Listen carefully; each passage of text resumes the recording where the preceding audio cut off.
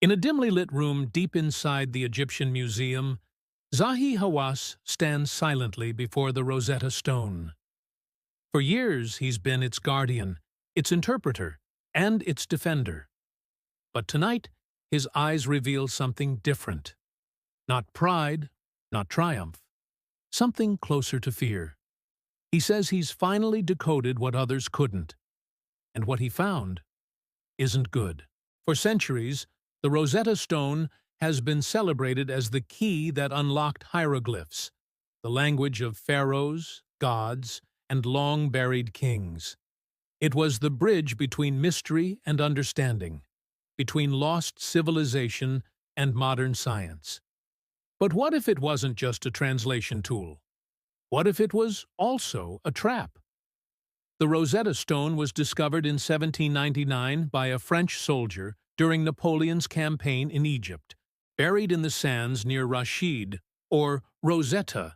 It carried 3 languages: Greek, Demotic, and hieroglyphic. It was meant to repeat the same royal decree, an ordinary message written in 3 tongues. But what if those 3 scripts weren't identical at all? According to Zahi Hawass, they never were. He claims that when the stone's surface was rescanned using hyperspectral imaging, faint etchings appeared beneath the hieroglyphic text, microscopic carvings invisible to the human eye, hidden layers that don't match the Greek or Demotic inscriptions. They tell a story that shouldn't exist, a story that predates Ptolemy V by more than 1,000 years.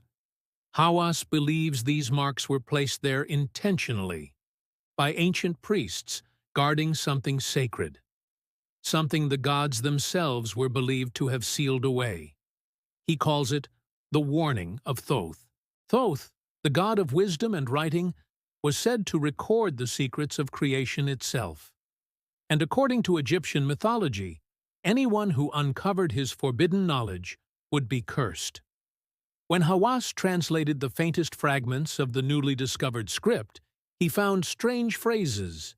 They spoke of the tongue of the sky and the stone that speaks when the stars are right. At first, he thought it was poetic metaphor. Then he realized the syntax wasn't ancient Egyptian. It was older, much older. Some parts resembled early Proto-Sinaitic forms. Others matched lost pre-dynastic symbols seen only on forbidden temple walls in Abydos. How could all this exist on a stone from 196 BCE?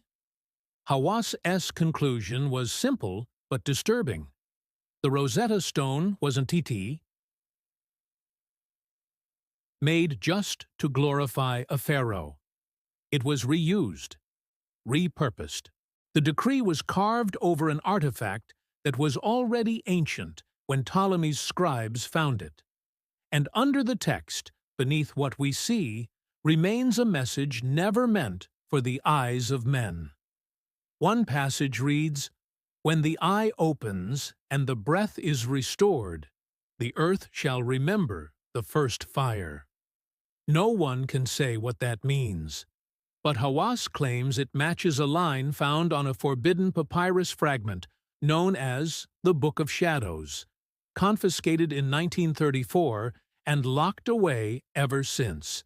That text warned of a foe, stone that binds the tongues of men, and a voice trapped within.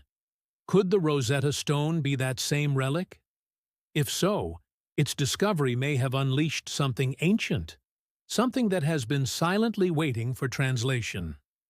For decades, scholars celebrated its decoding as humanity's greatest triumph.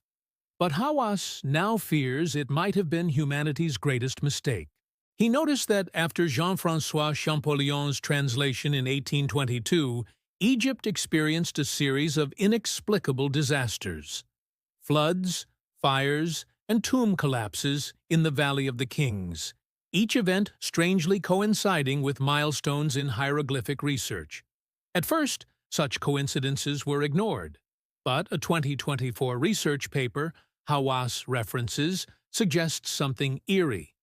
Electromagnetic anomalies near the stone's replica chambers, low-frequency pulses, like a heartbeat, too rhythmic to be geological. When scientists recreated the Rosetta inscriptions using quartz and granite composites, the replica emitted faint vibrations under certain frequencies of sound, almost as if the stone responded. Hawass describes it as a resonant code, an ancient technology hidden beneath religion and ritual. He believes the Egyptians didn't just carve symbols. They built frequencies into stone. Each hieroglyph, a sound wave. Each repetition, an echo of power.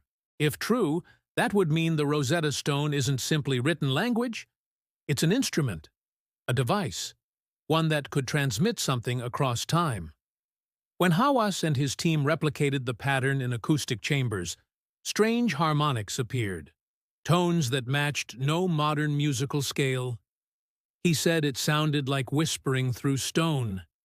And in that whisper, he swears he heard a voice, a phrase repeating again and again in a language he didn't know.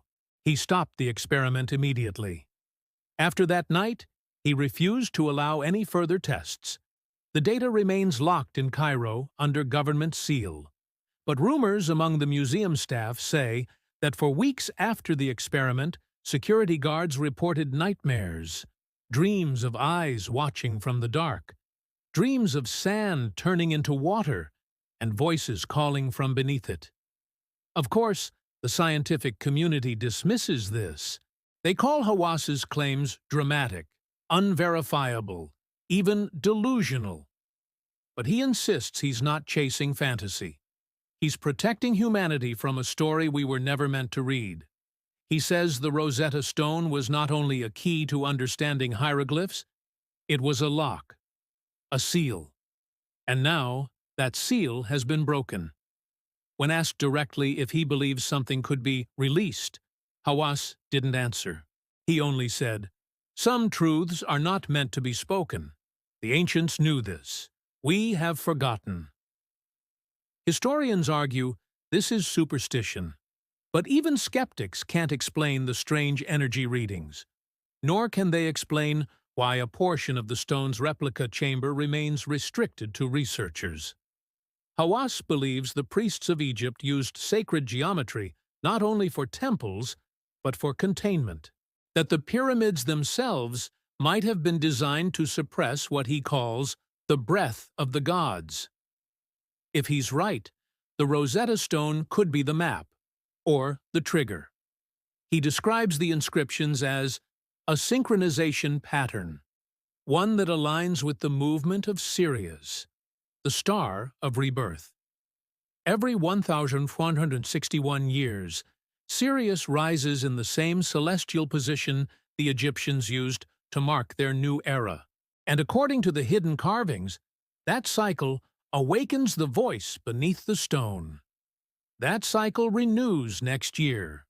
Hawass refuses to say what he believes will happen, but his latest lecture was cut short after he claimed the stone is reacting. He never elaborated. Some call him a storyteller, trying to stay relevant. Others whisper that he's seen something he can't explain and wishes he hadn't.